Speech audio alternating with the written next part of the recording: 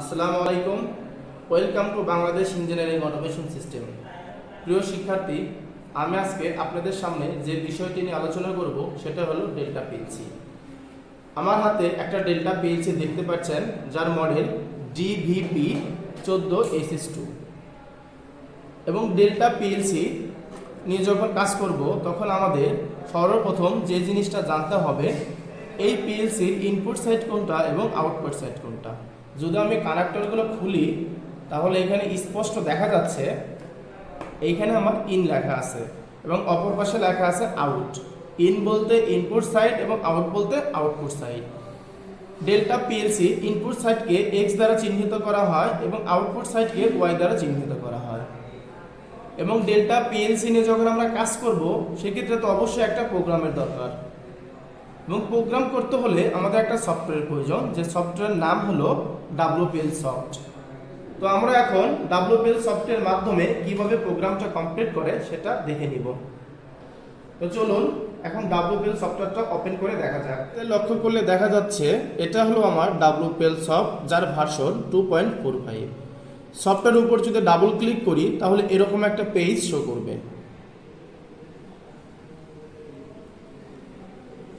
যেহেতু আমি প্রোগ্রামটা আগে থেকে করে রেখেছি সেজন্য আমার প্রোগ্রামটি পেজের উপরে শো করছে। আপনারা যদি পিএলসি নিয়ে কাজ করতে চান বা অটোমেশনের উপরে এক্সপার্ট হতে চান তাহলে বাংলাদেশ ইঞ্জিনিয়ারিং অটোমেশন সিস্টেমে ভিজিট করুন, এবং এখানে ফ্রি ক্লাস করারও ব্যবস্থা রয়েছে। ফ্রি ক্লাস করার পর যদি আপনাদের মনে হয় যে না এখানে ভর্তি হলে কিছু শিখতে পারবো তাহলে ভর্তি হয়ে যান। এর বাইরেও আপনাদের জন্য যে সুযোগটি রয়েছে, অটোমেশনের ফুল প্যাকেজের উপর 40% ডিসকাউন্ট চলছে। আমাদের প্রোগ্রামটা যেহেতু কমপ্লিট করা আছে সেক্ষেত্রে কি করতে হবে, প্রোগ্রামটিকে অ্যাক্টিভ করতে হলে অবশ্যই পিএলসিতে ডাউনলোড দিতে হবে।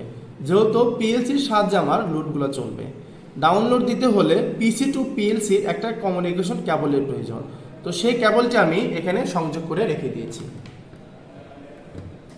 এখন আমরা প্রোগ্রামটি পিএলসিতে কিভাবে ডাউনলোড দেয় সেটি একবার দেখে নিব। সেজন্য আমাদের সর্বপ্রথম কোথায় যেতে হবে, কমিউনিকেশনে যেতে হবে। এইখানে যাওয়ার পরে ট্রান্সফার সেটআপে ক্লিক করে দেব।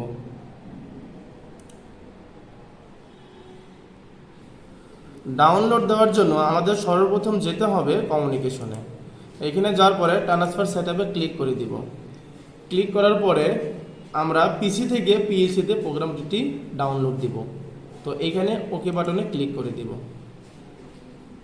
ইয়েস, প্রোগ্রামটি কিন্তু আমার ডাউনলোড অলরেডি হয়ে গিয়েছে।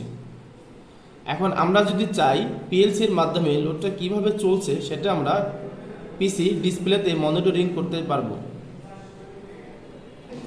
আমরা যদি চাই পিএলসির সাথে যে লোডগুলো চলছে সেটাকে আমরা মনিটরিং করব, সেটাও কিন্তু চাইলে করা যাবে।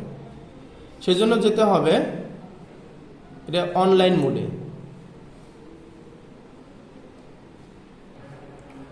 পিএলসির সঙ্গে আমরা লোড হিসাবে একটা মোটরকে সংযোগ দিয়েছি, এবং মোটরকে চালানোর জন্য 3টা ম্যাগনেটিক কন্ডাক্টর নিয়েছি। 3টা ম্যাগনেটিক কন্ডাক্টর নেওয়ার উদ্দেশ্য হলো, যেহেতু আমরা স্টার ডেল্টা অটো স্টার্টার নিয়ে কাজ করছি সেই ক্ষেত্রে একটা মেইন ম্যাগনেটিক কন্ডাক্টর, একটা স্টার ম্যাগনেটিক কন্ডাক্টর এবং একটা ডেল্টা ম্যাগনেটিক কন্ডাক্টর নিয়ে নেওয়া হয়েছে, এবং একটা অন সুইচ একটা অফ সুইচের ব্যবহার করেছি। যখন অন সুইচটা প্রেস করব তখন পিএলসি হয়ে মোটরটা আমার সর্বপ্রথম স্টারে চলবে। কত সময় চলবে সেটা আমরা প্রোগ্রামে সেট করে দিয়েছি। প্রোগ্রাম আমি 7 সেকেন্ড সেট করে দিয়েছি। 7 সেকেন্ড স্টারে চলার পরে ডেল্টাতে আমার অটোমেটিক কনভার্ট হয়ে যাবে। আমি যখন সুইচটা প্রেস করব এখন কিন্তু মোটর আমার স্টারে চলছে। চাইলে সেটা মনিটরিংও করা যাচ্ছে। Y0 এবং Y1। Y0 হচ্ছে মেইন ম্যাগনেটিক কন্ডাক্টর, Y1 হচ্ছে আমার ডেল্টা ম্যাগনেটিক কন্ডাক্টর। সর্বপ্রথম Y2 চালু ছিল। এখানে যেহেতু K7 মানে 7 সেকেন্ড সেট করে দেওয়া হয়েছে, ওই 7 সেকেন্ড পরে Y2টা বন্ধ হয়ে Y1 কিন্তু চালু হয়ে গেছে। আর Y1 মানে কি, ডেল্টা কানেকশন।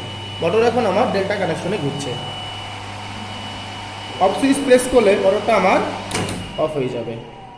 এটা কিন্তু কন্ট্রোলিং না, এটা হচ্ছে পিএলসির মাধ্যমে কিভাবে একটা লোডকে পরিচালনা করা যায়।